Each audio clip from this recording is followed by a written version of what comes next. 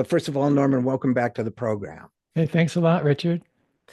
Secondly, your latest piece was, well, I don't know if it's your latest, you're prolific, but it's been posted under various headlines around the internet. At Sheer Post, for example, it's headlined "What's preventing a united front against the Trump regime?" But I've seen other headlines to it as well, and I I'm very interested in this topic, as you can imagine.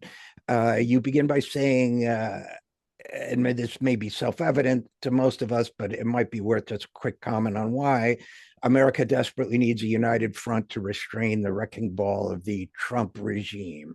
Why is a united front in particular important as opposed to various actions here and there? There doesn't seem to be much, if you will, coordination going on. I mean, the Democratic Party, such as it is a constellation of 50 plus state parties, DC, some so-called territories, and so forth.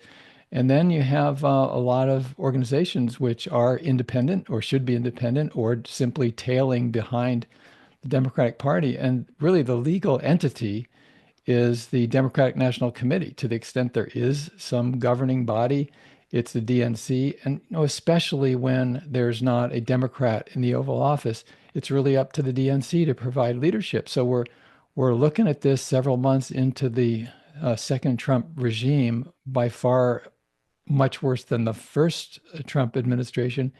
And like, where is it? Where is the United Front? There's a de facto uh, energy where a lot of people are saying and doing much the same thing, but that I think is really insufficient. I think this is such an important topic in so many ways. And one of the reasons why I think it's important is that I think the left in this country for too long has looked to the Democratic Party for leadership and guidance instead of thinking of it as an instrument of popular movements, of the popular will, of what have you. So I think now what's happened, I love your thoughts on this.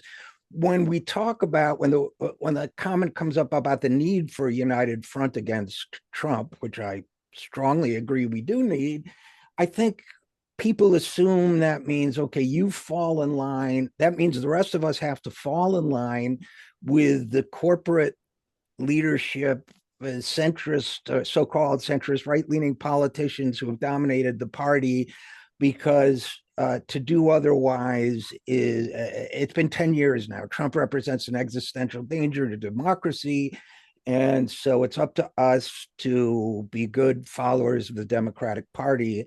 And I feel that is flawed on multiple levels. And I think that was part of the thinking behind your writing this column, right? Yeah, following leadership that isn't providing much leadership is pretty dubious and not very auspicious. I think your word instrument is a really good one to look at the Democratic Party as a tool that not only can be used, but given the electoral system, has to be used to stop the right wing and advance a genuinely progressive set of agendas. And we can have all of the fantasies we want, but the fact is there is no other party in federal elections to win and to stop what is now, and putting it mildly, a neo-fascist party, the Republican Party.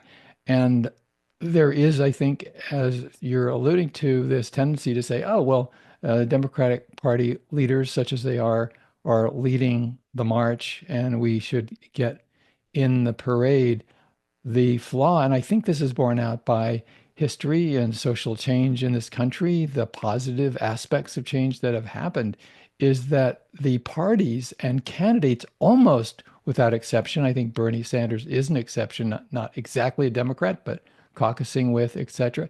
The assumption of the vast majority of Democratic Party, I was almost going to say hacks, but I should just be polite and say people who make their profession administratively or being in office as Democrats, they see social movements as subsets of Right. their electoral efforts. And they feel that progressives, those who are grassroots activists, others who have these deep concerns, who do the research, who articulate, who reach out in communities, they provide, the hope is, fuel for them to win their elections. And that's bass backwards.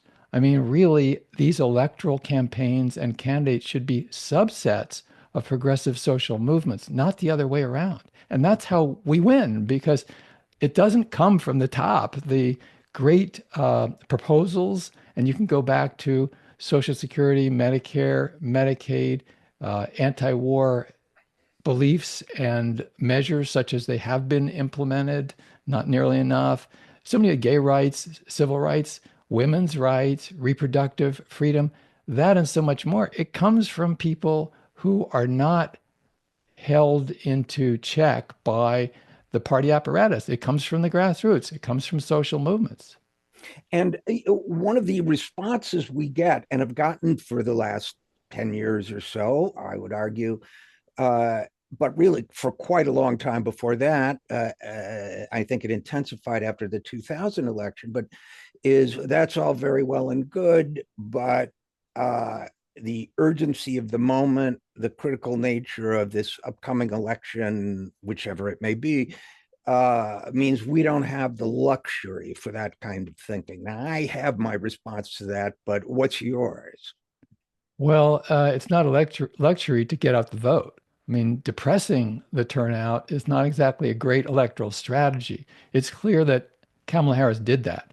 You know, I had a flashback to 2004 when John Kerry was making a serious run as nominee of the party against the reelection that did occur from George W. Bush. And there was an infinitely depressing moment, as they say, inflection point where Kerry, I believe, was being interviewed at the Grand Canyon, and he was asked, well, if you had it to do over again, would you again vote in the Senate for the invasion of Iraq? And he said yes. And so he really lost a lot of votes from his base. And I think of Kamala Harris, who was asked on The View on the ABC program in early October last year, so 4 weeks or so before the election, is there anything that you would have done differently than President Biden? And she said, you know, nothing comes to mind. Well, she just blew a lot of votes out that way. And the polling was very clear around the US backed and armed slaughter in Gaza that at the time, the polling was showing that she was losing a lot of votes from people because she couldn't say something like, I support an arms embargo until the slaughter ends. So, too clever by half. A lot of these folks who never lose elections personally because they get so much consultant money and they're in that circle, they maintain effective control of the party. So, whether the Democrat on the ballot wins or loses, they go on. But we're suffering tremendously because these right-wing crazies are now in charge of the executive branch and the legislative branch and a whole lot of the courts also. Now, one of the issues that comes to mind, I agree with everything you've said, Norma, but one of the issues that comes to mind, of course, is the role of money, not only in politics, but specifically within the Democratic Party. The Democratic Party allows PAC money and dark money in primaries, as well as being, I would argue, heavily reliant on it overall in the general election. These, you didn't want to say hacks. When I don't want to say hacks, I say operatives. These party operatives, there are thousands of them, I would argue, at think tanks and consulting firms and so on, dependent on this flow of large money. So when we, as if I may characterize us and the greater we as activists, uh, want to work with the party as a tool for change, we're not only up against this complicated machinery you mentioned, and people who are activists within the party have explained to me how complicated it is, with each state party having its own rules and electing its own representatives to the DNC, but there are other appointed members. You know, it's very almost Byzantine. But we don't just have to worry about that. We're also going up against the big money. Kamala Harris raised more money than perhaps any candidate in history. I would argue it hurt her because it prevented her from saying the things she needed to say to win. But what do we do when we talk about building a popular front that somehow incorporates and influences the Democratic Party? Isn't that sort of the elephant in the room? Well, certainly the money is huge, and we want to be realistic without defeatist. We saw the uh, state Supreme Court election in Wisconsin a few weeks ago, where Elon Musk literally, in many ways, tried to buy the election and was unsuccessful. That was against the tide of big money, and that was, a very positive result. But the money clearly correlates usually with victory. You're reminding me, Richard, about attending the so-called Unity Reform Commission meetings of the Democratic National Committee in 2017. And the power of the Bernie Sanders forces was at high ebb there. And the Clinton folks, the centrist corporate militarists of the party, felt it necessary to give some power, if you will, or votes on that commission. They recognized a problem. Jesse Jackson had said at the 1988 Democratic National Convention, it takes two wings to fly.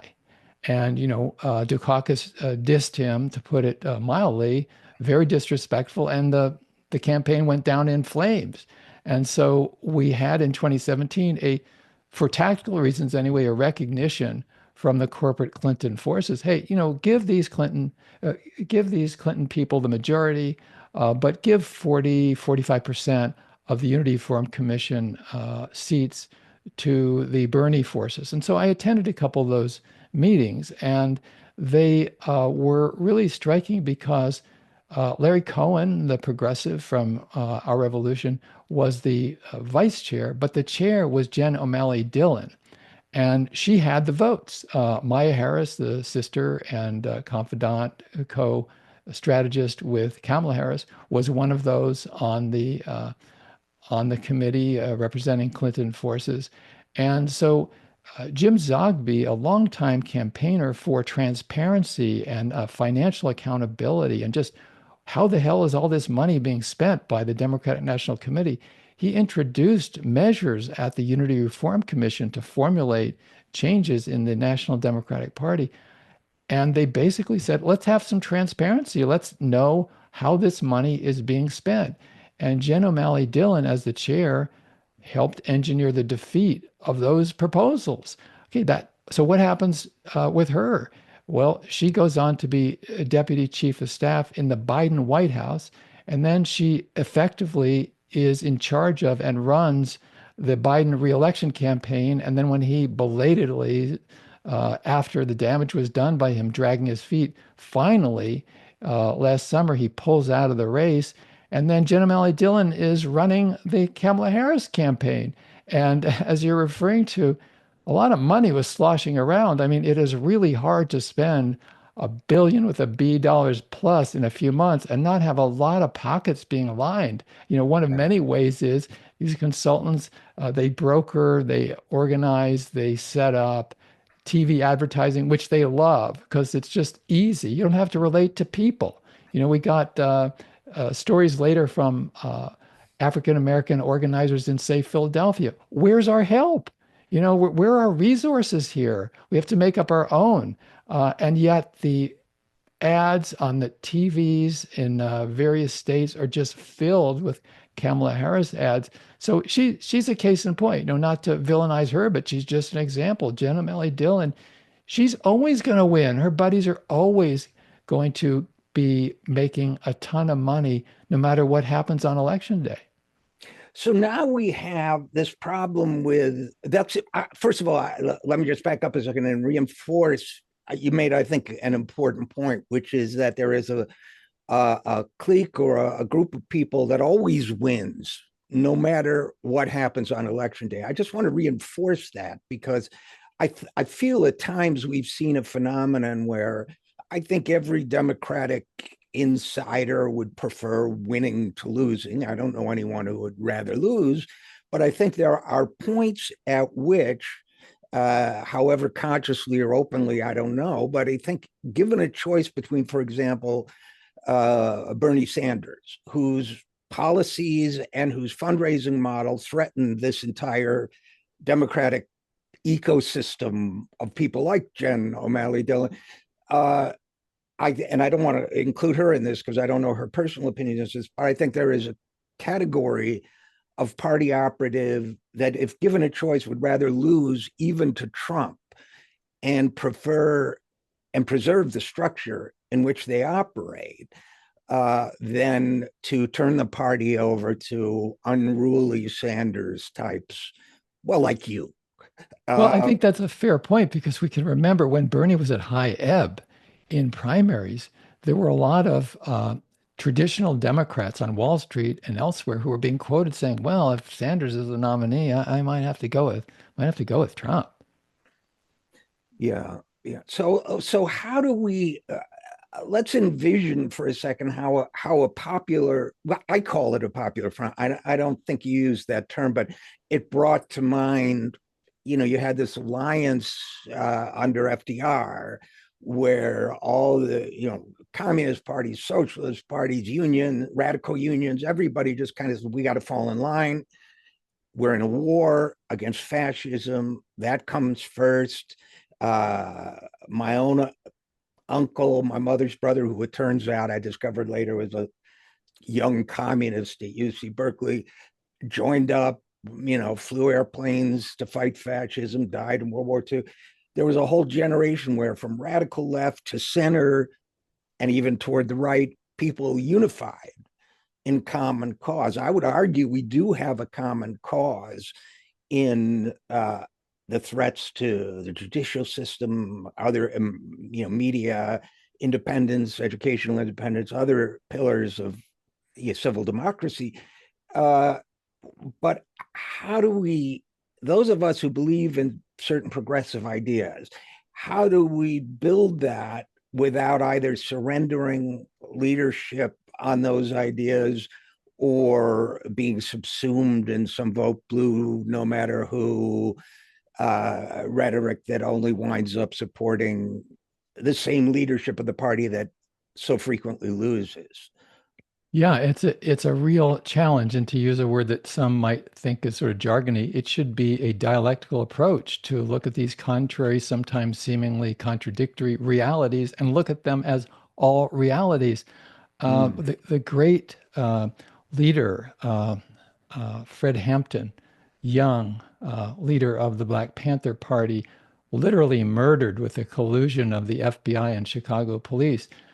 In one of my articles, I linked to a video where he says, there's nothing as important as stopping fascism because fascism is going to stop us all. There's a quote from Malcolm X who says, if somebody is holding a gun on you and somebody's trying to poison you, your first job is to knock the gun out of the hand the people are holding a gun on you. And okay, that's an analogy between neoliberalism and outright fascists. The outright fascists are holding a gun to our head. Neoliberalism is a poison of how the political economy goes to make the rich ever, ever richer and immiserate everybody else while destroying the environment and creating more and more militarism in the process. We really, I think, have this opportunity to acknowledge in a creative way, in terms of our ongoing work, praxis, or whatever you want to call it, that two simultaneous truths exist. Here in almost the summer of 2025, we have a responsibility, an imperative to join with others to defeat this fascistic Republican Party, the Trumpsters, the Elon Musk, and all the rest of it. And that involves working in de facto united front with militarists and corporatists. And at the same time, we need to fight militarists and corporatists. So Right. there we are. We need to fight for a progressive agenda at the same time. So embrace the contradictions. And I was thinking as you were talking, Norman, that this may be blue sky thinking on my part, but it occurs to me that sometimes in these situations, the progressive wing or movements can, by showing leadership and vision at a time when it seems to be lacking in the rest of what eventually coheres into a united front, that they begin to win people over to their side, who, in this case, our side, by showing leadership. The optimistic scenario is one where, and I don't mean to say we try to subordinate people to our will, as has been done to us, but maybe some people will be impressed by the vision and the leadership and say, I want to know what else those folks have to say. Absolutely. The current or one of the recent dramatic examples, if you will, is AOC and Bernie going to state after state, many times in deep red districts, and getting huge turnouts. And I remember that in 2016, Bernie went to the red state in the primaries of West Virginia and carried every county against Hillary Clinton. So it breaks some, I mean, I think there's a reality of left right, but it also breaks the cliches about what left right is in the mainstream media, because it's about populism. It's about whether people who are upset and angry, and there are a lot of people in this country who are, whether they're encouraged to kick down or kick up. And the right wing, the fascists, the militarists, the super pseudo masculinists, they love to kick down. That's their whole, virtually their whole program. Immigrants, people of color, women, those who are historically shafted. And progressives should kick up against the gazillionaires and the wealthy power brokers who hate democracy. And I'm also thinking, as you were talking, Norman, about that is something so resonant. Expanding Social Security is resonant. Healthcare for everyone is resonant among people who call themselves conservatives, Republicans, whatever, as well as liberals and progressives. Maybe even someday this is blue sky, but we could be saying to people, why are you fighting culture wars? It's not trans kids who've got their hands in your pockets who are making your life so miserable, who are, it's those guys there. Really? Yeah. Let's talk for a bit about the Democratic Party now, as clearly a member of or instrument of this kind of coalition. It's been striking how passive the party initially was, at least, and largely continues to be in the face of this overwhelm. I was extremely pessimistic about a second Trump term, and I underestimated how bad it was going to be so quickly. They were, Project 2025 and their other helpers really got them off to a crawling start on demolishing what remains of democracy. But you had things like James Carville, longtime Democratic operative, who openly used the phrase "playing possum." Democrats should be playing possum. And you had Hakeem Jeffries, Speaker of the House, saying, "Well, we can't do anything. We don't have the votes." And basically, most of the leadership of the party just kind of wiping their hands and walking away from it. We've also had the interesting counter phenomenon where presidential candidates in waiting, like J.B. Pritzker, and others, are distinguishing themselves. Not all of them, but a lot of them, by saying, no, I'm going to come out swinging. I'm going to be the guy who comes out swinging against the party. But what is the mechanism by which activists, I mean, I always tell people, if you're going to work in Democratic Party politics, like, take the biblical injunction, be in it, but not of it. And what is it if people, and I always think too that people in the activist world should go where their inclinations and their talents and their lie, right? They should follow the path that calls out to them. So if that path is calling out to people, and I think there's a role for it, what exactly does that look like, given this matrix of forces at play here? I think what you're referring to that I'm hearing includes that nobody can do everything, everybody can do something, and we have our own interests, skills, temperament, sensibilities, and whatever or wherever that might lead us, there's something to do wherever we live. I think the right wing has, in the last decades, been much more attentive and attuned to the reality that everybody in Congress is elected from somewhere. And you wouldn't know that when you talk to and listen to a lot of the Democrats and the Democratic aligned groups based in DC, as though that bubble is there. Like that's where the action is. Well, ultimately, that's where push comes to shove and the crunch and the power is wielded.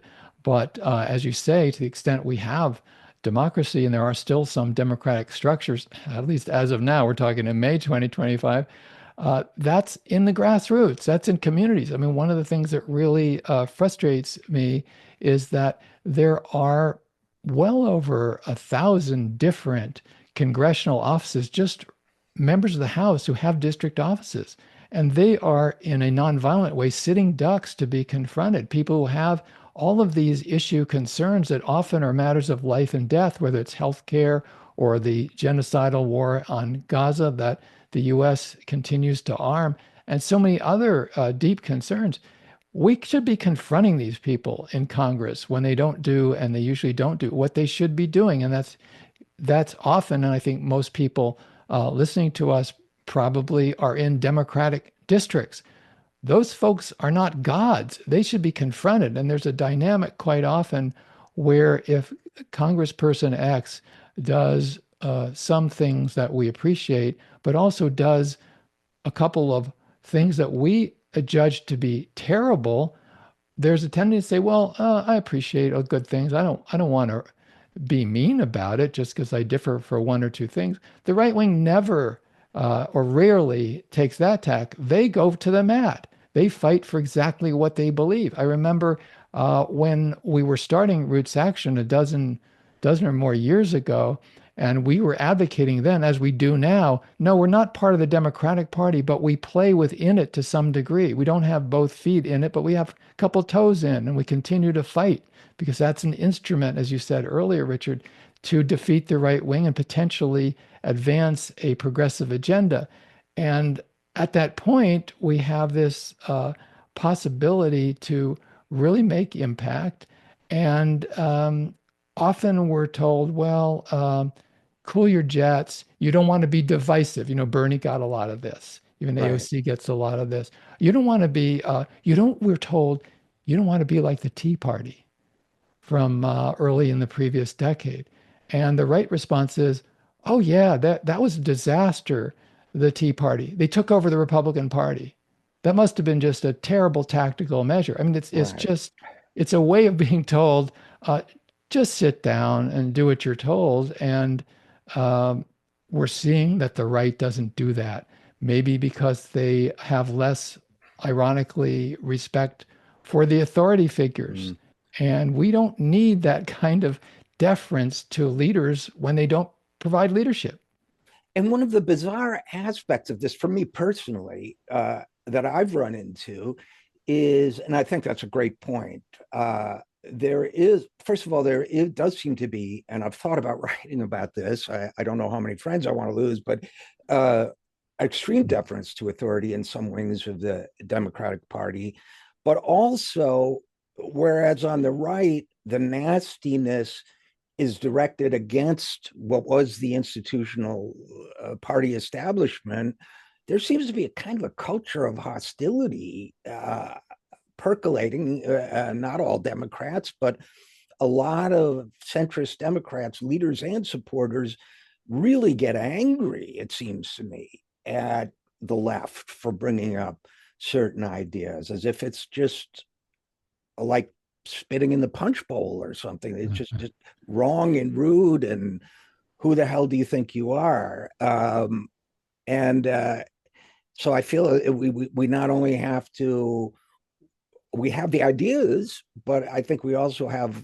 a culture, mostly within the party, but to a certain extent among some of the base that is professional managerial class or whatever, where it's like, no, we're actually your friends because we can help you. Mhm.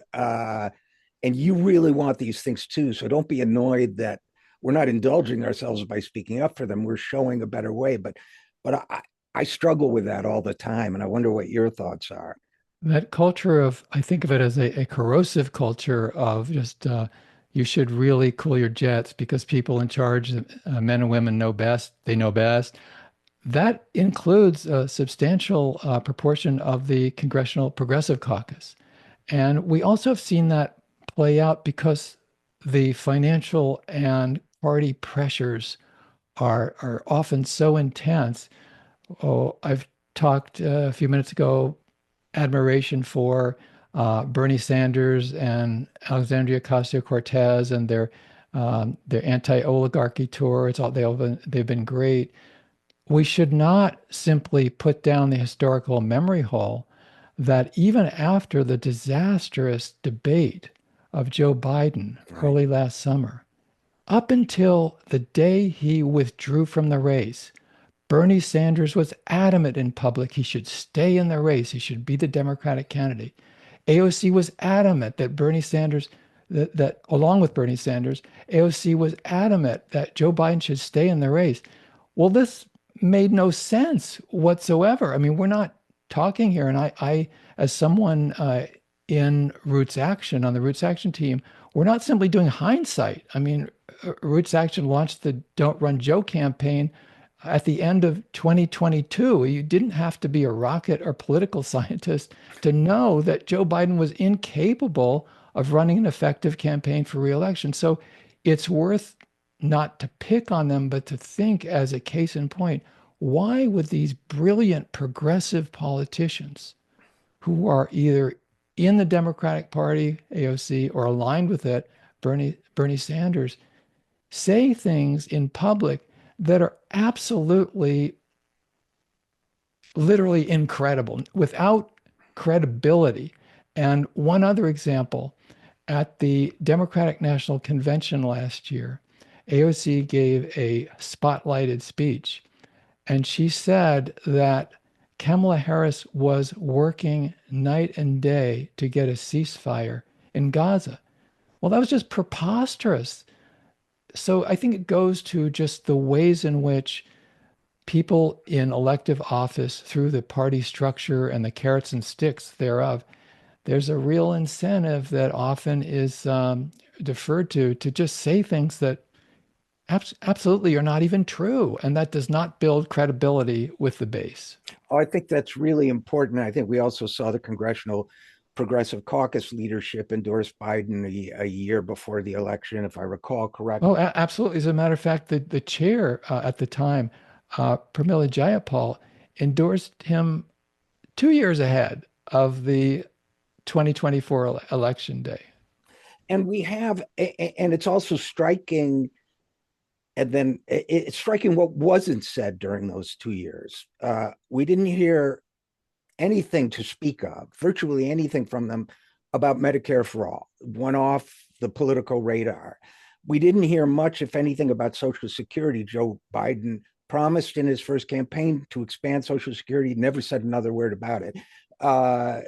We could go on, but to me, this speaks to the fact, the ongoing talk about embracing the contradictions, the ongoing need for activists and not party insiders, because the ultimate irony to me of that, with this phenomenon we've just described, is that these great progressive leaders, for whom I have a lot of respect, were essentially replicating what party insiders did in 2015 and 2016 by saying, don't challenge Hillary Clinton.